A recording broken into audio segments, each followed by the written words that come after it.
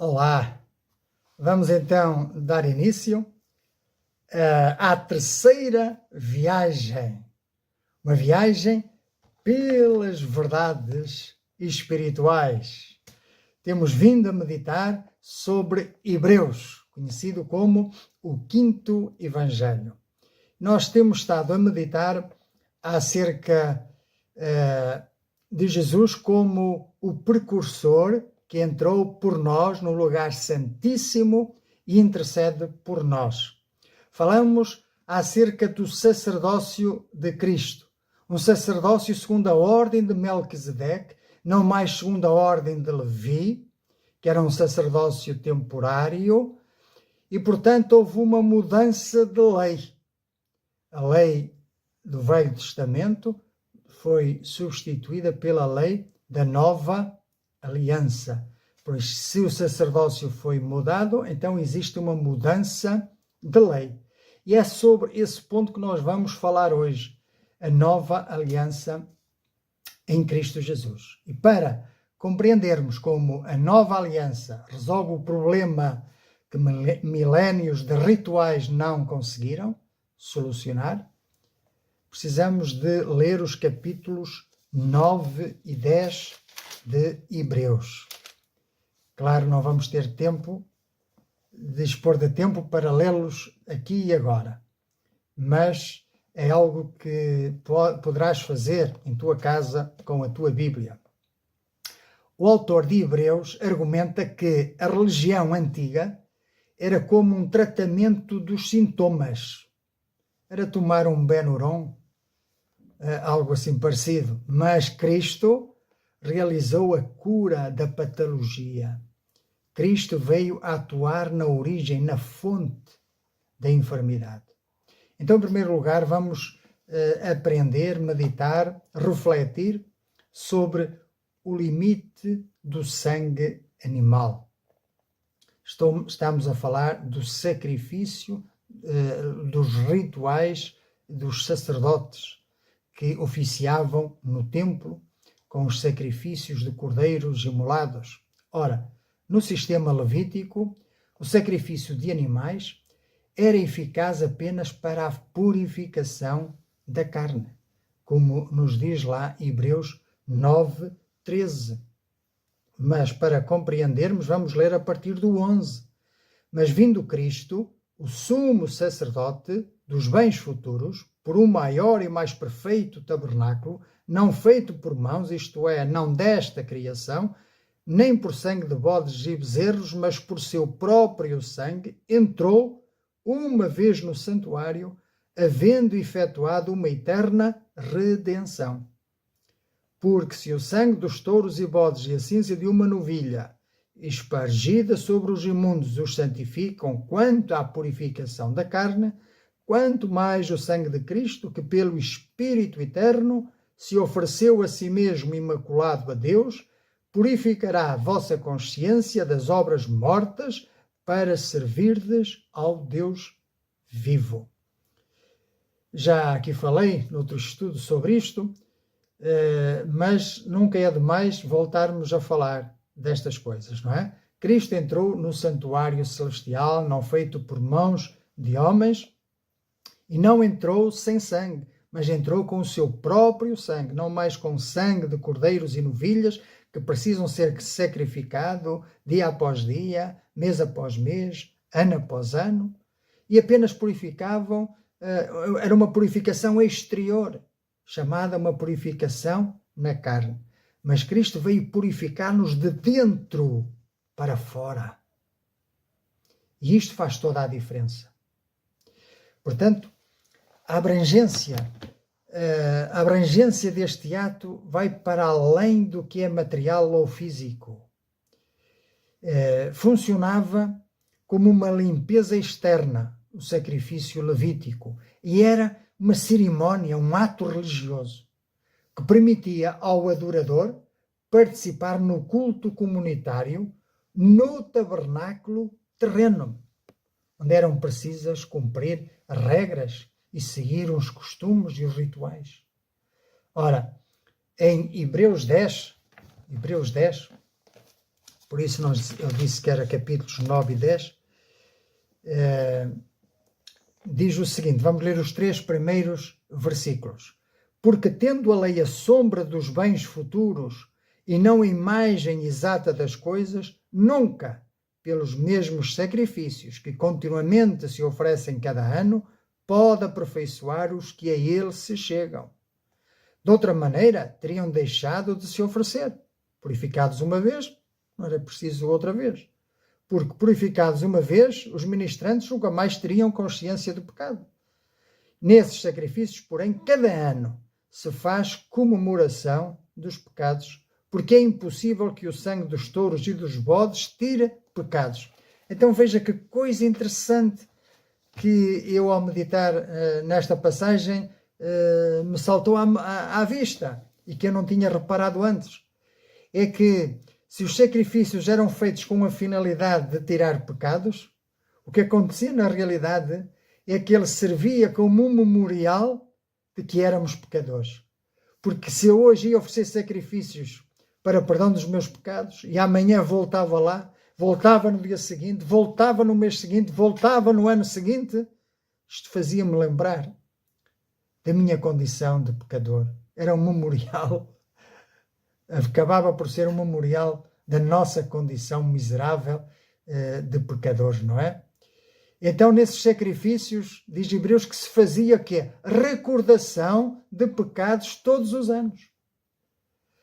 Então havia um problema, não é? Neste memorial. Diz que estes sacrifícios eram uma recordação anual dos pecados. Em vez de removerem a culpa, eles sublinhavam a sua existência, pois tinham de ser repetidos incessantemente. Agora, contraste com o memorial que nós fazemos na Santa Ceia, que os cristãos celebram na Santa Ceia com pão e vinho, de que vos falei no vídeo anterior. Trata-se também de um memorial, mas veja que interessante. É um memorial de que o Senhor Jesus já pagou o preço dos nossos pecados, que Ele já nos redimiu. Que, a propósito, acerca deste estudo, assista à Escola Bíblica de número 5, onde com mais detalhe falarei sobre estas questões importantes para a nossa salvação.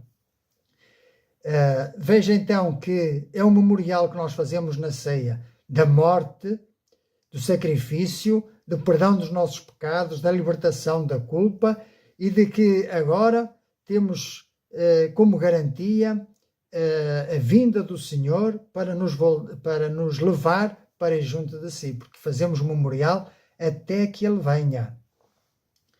Glória ao nome do Senhor. Por isso é um memorial com uma esperança viva, sabendo que já estamos perdoados e livres da condenação e da culpa e que somos do Senhor e que estaremos para sempre com Ele. Veja que diferença. Aquilo que era feito segundo a velha lei, a velha ordenança, o velho ritual, segundo a ordem levítica, segundo a velha aliança, e veja agora na nova aliança, com o sangue do Senhor Jesus, dá-nos uma nova condição, uma nova perspectiva, uma nova vida em Cristo Jesus. Se ainda estás na velha aliança, é tempo de passares e aceitares a nova aliança que Cristo te oferece. Então o diagnóstico é este. O sangue de touros e bodes não tem natureza moral para pagar a dívida de um ser humano espiritual. Isto tratava-se apenas de uma sombra temporária. Então nós temos que olhar para Cristo, para Jesus, que esta é que é a realidade. E esse, de facto, viveu uma vida impecável. E somente ele cumpria os requisitos de um cordeiro santo, sem mancha, puro e imaculado. Somente ele podia oferecer-se em sacrifício vivo, aceitável e agradável a Deus. Já não mais a nossa esperança está num animal, mas está em Cristo Jesus. Neste segundo ponto, vou meditar convosco acerca do poder do sangue de Cristo. E esse poder é a purificação da nossa consciência. Jesus não apresenta o sangue de um animal.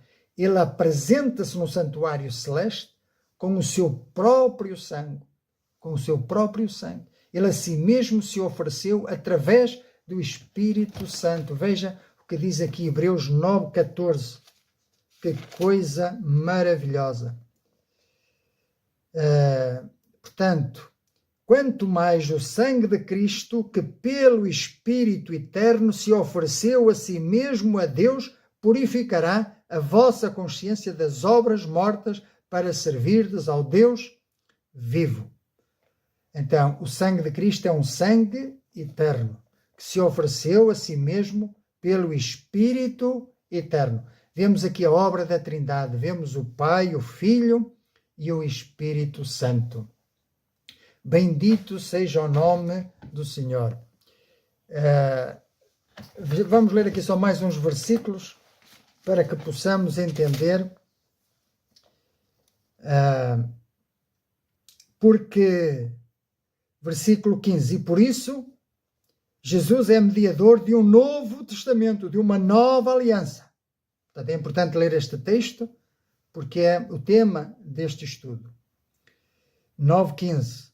E por isso Jesus é o mediador de um novo testamento, de uma nova aliança, para que, intervindo a morte para a remissão das transgressões que havia debaixo do primeiro testamento, os chamados, ou seja, os que creem, recebam a promessa da herança eterna. Porque onde há testamento, necessário é que intervenha a morte do testador. Por isso Jesus teve de morrer para que pudesse deixar o testamento. E esse testamento está selado com o sangue de Cristo. Porque um testamento tem força onde houve morte, ou seja, tem validade. Ou terá ele algum valor enquanto o testador vive? E assim foi. Enquanto Jesus viveu, permaneceu a velha aliança. Mas após a morte, existe uma nova aliança. Que é uma nova aliança em que o Senhor escreverá em nosso coração as suas leis. Aleluia! Portanto, na nova aliança, esta palavra tem que passar daqui do papel para aqui, para o coração. E é o Senhor que faz isso através do Santo Espírito. Bendito seja o nome do Senhor. Porque um testamento tem força onde houver morte, ou terá ele algum valor enquanto o testador vive. Pelo que também o primeiro não foi consagrado sem sangue, porque havendo Moisés anunciado a todo o povo todos os mandamentos segundo a lei, tomou o sangue dos bezerros e dos bodes com água, lã púrpura e sopo, e aspergiu tanto o livro da lei como todo o povo, dizendo: este é o sangue do testamento que Deus vos tem mandado. Isto foi na velha lei. E semelhantemente aspergiu com sangue o tabernáculo e todos os vasos do ministério, e quase todas as coisas, segundo a lei, se purificam com sangue, e sem derramamento de sangue não há remissão de pecados. Isto é uma lei espiritual e é válida como as leis físicas. E, portanto, esta lei só se pode entender espiritualmente. Funciona na vida espiritual, na dimensão espiritual da alma e do espírito. E diz que sem derramamento de sangue não há remissão de pecados.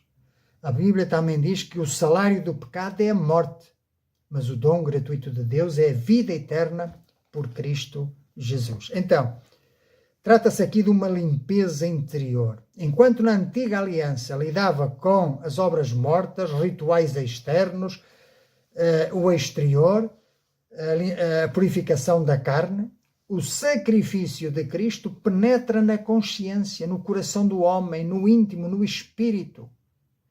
Ele não apenas perdoa o que fizemos, mas ele limpa a nossa consciência e livra da condenação e da culpa.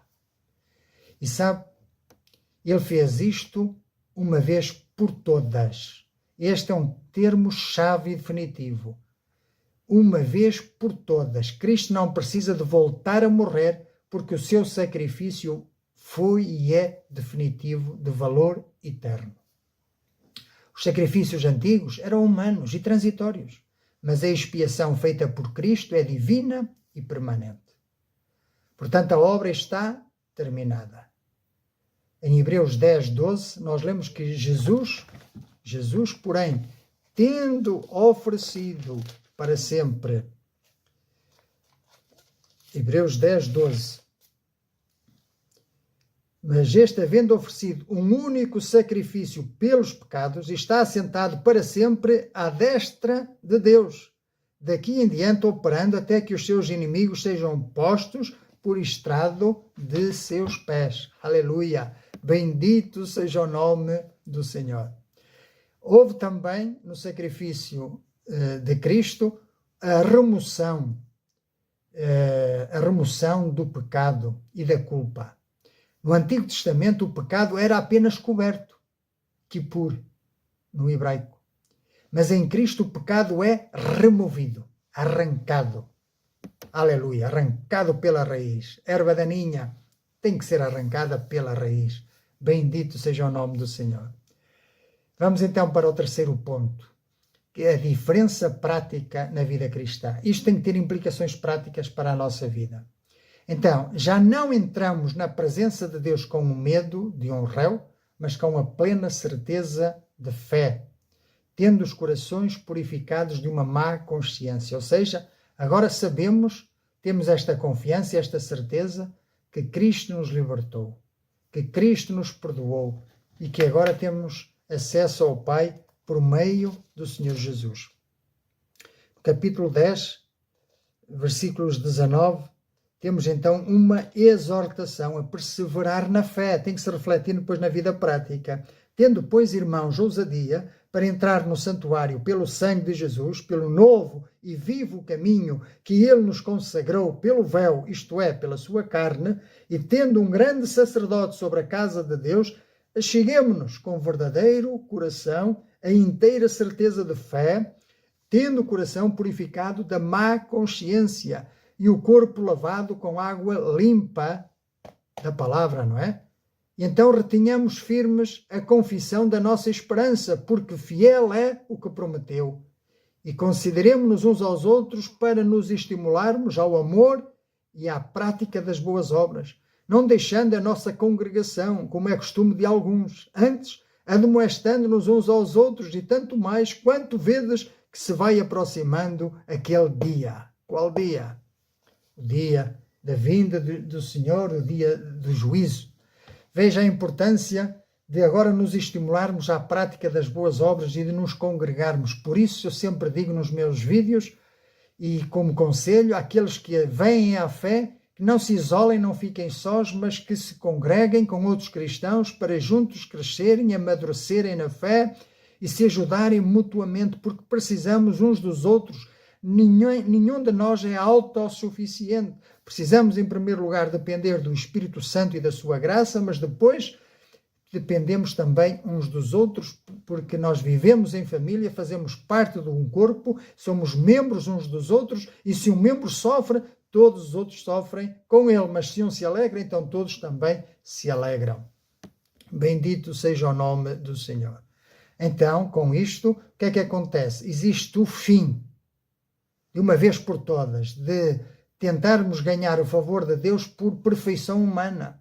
Não precisamos mais de fazer sacrifícios, seja o que for, para ser aceitos por Deus. Mas, porque somos aceitos por Deus, então já podemos servir a Deus, servir ao Deus vivo. Porque agora o nosso culto é um culto racional, é um sacrifício vivo. Anote o que diz aí Romanos, no capítulo 12. Rogo-vos, pois, irmãos, pela compaixão de Deus, que apresenteis o vosso corpo em sacrifício vivo, santo e agradável a Deus, que é o vosso culto racional. Então nós temos agora que fazer da nossa vida um culto.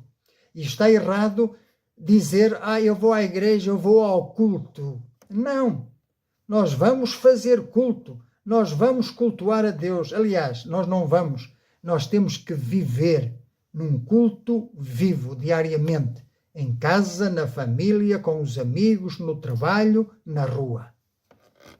Isto custa, mas é com a graça de Deus que nós conseguimos. É caindo 1000 vezes, mas levantando-nos 1.000.000 de vezes, se preciso for. Pois nós estamos num processo, estamos numa caminhada. E enquanto vivermos nesta carne, somos fracos. Somente com a ressurreição seremos livres do corpo desta morte que nos escraviza e que nos impede de servir a Deus com perfeição, com maturidade plena. Mas confiamos em Deus, não desanimamos e não desistimos. Sabemos em quem temos crido, pois Ele é o autor e o consumador da nossa fé. Significa que aquele que começou a boa obra em nós há de terminá-la, pois Ele é fiel. Bendito seja o nome do Senhor. Queres que Jesus faça uma boa obra em ti? Então, venha à fé. Crê neste Evangelho, crê nestas verdades espirituais, pois o teu espírito se regozija com estas verdades espirituais. Portanto, o nosso sentido de certo e errado deixa de ser movido pelo medo da punição e passa a ser movido por amor e por gratidão a este Deus maravilhoso. Veja o que diz Hebreus 10:15. Hebreus 10:15, 14. Porque com uma só oblação aperfeiçoou para sempre os que são santificados. E também o Espírito Santo no testifica, porque depois de haver dito: este é o concerto que farei com eles depois daqueles dias, diz o Senhor. Porei as minhas leis em seu coração e as escreverei em seus entendimentos. E acrescenta: e jamais me lembrarei dos seus pecados e das suas iniquidades. Ora, onde há remissão dos pecados, não há mais oblação pelo pecado. Então nós temos a promessa que o Senhor escreverá as suas leis no nosso coração e lançará para longe de si os nossos pecados, não mais se lembrará deles. Então nós podemos ter uma boa consciência diante do Pai. E isto é feito pela nova aliança. Removerá não só o pecado, mas também a consciência do pecado. Livres no Senhor Jesus. Estamos a caminhar para o fim. Apenas algumas verdades que precisamos resumir. A religião diz: eu peco, eu sacrifico, eu sou perdoado temporariamente para depois voltar-me a confessar no dia a seguir. Porém, o Evangelho diz: Cristo já se sacrificou. Nele eu sou perdoado de uma vez por todas. E nele eu passo a viver uma vida de gratidão e de dependência a Ele. E já não mais permaneço no pecado, mas sempre que caio, volto para Ele. Volto para os braços do Pai, volto para a casa do Pai, onde há alegria, onde há amor, compaixão, misericórdia, perdão. Então, se tu ainda carregas o peso de pecados, ainda que já confessados, estás a agir como o sacrifício de Cristo fosse insuficiente. Estás a agir como um levita do Velho Testamento que volta ao templo todos os anos.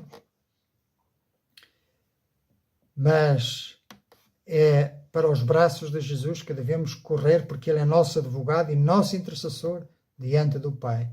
Por isso, a nova aliança convida-nos a descansar na eficácia do sangue de Jesus, mas também a descansar na sua função atual de intercessor por nós diante do Pai. A tua consciência, é uma pergunta que quero fazer, ainda te acusa de dívidas que Cristo já pagou? Se o próprio Deus diz: dos seus pecados jamais me lembrarei, quem és tu para continuar a recordar o que Ele já esqueceu? Por isso, vamos orar. Que o Senhor nos ajude, nos dê graça para que possamos viver de vitória em vitória. Pai Santo, obrigado por esta palavra, obrigado por este estudo, onde aprendemos aquilo que Cristo fez por nós, aprendemos as vitórias que temos em Cristo Jesus, mas aprendemos também o preço que foi pago. Mas nós estamos gratos pela paz, pela graça que trouxeste às nossas vidas, pelo perdão, pela libertação. Por isso eu te entrego a minha vida. Eu quero ser uma nova criatura. Eu quero ser abrangido por esse perdão em Cristo Jesus. Eu quero ser abrangido por essa libertação da condenação. Eu te recebo, Jesus, como Senhor da minha vida e como Salvador. Eu te entrego a minha vida. quero tornar-me teu discípulo, quero viver nestas verdades que são eternas, verdades espirituais que trazem paz ao nosso coração, alegria, que trazem reconciliação com o Pai, que trazem misericórdia, compaixão, que nos faz viver em paz uns com os outros, que nos faz integrados na família de Deus, que nos faz ser um só com Cristo, em Cristo e com os irmãos na fé. Por isso ajuda-me a seguir-te, a obedecer-te e a congregar-me com outros irmãos na fé e a ser-te fiel até ao fim, pois tu, que começaste a boa obra em nós, certamente a terminarás. É nisso em que eu confio, não nas minhas forças. Dependo de ti, sempre e em tudo. É em nome de Jesus que nós oramos. Amém. Amém. Se fizeste esta oração, Deus te recebe como teu, Deus te guardará e aquele que começou a boa obra em ti é fiel para a terminar, para a levar a bom porto. Vamos ficar firmes na fé e vamos anunciar estas verdades, este Evangelho, a toda a criatura, para que todo aquele que nele crê seja salvo. Em nome de Jesus. Amém.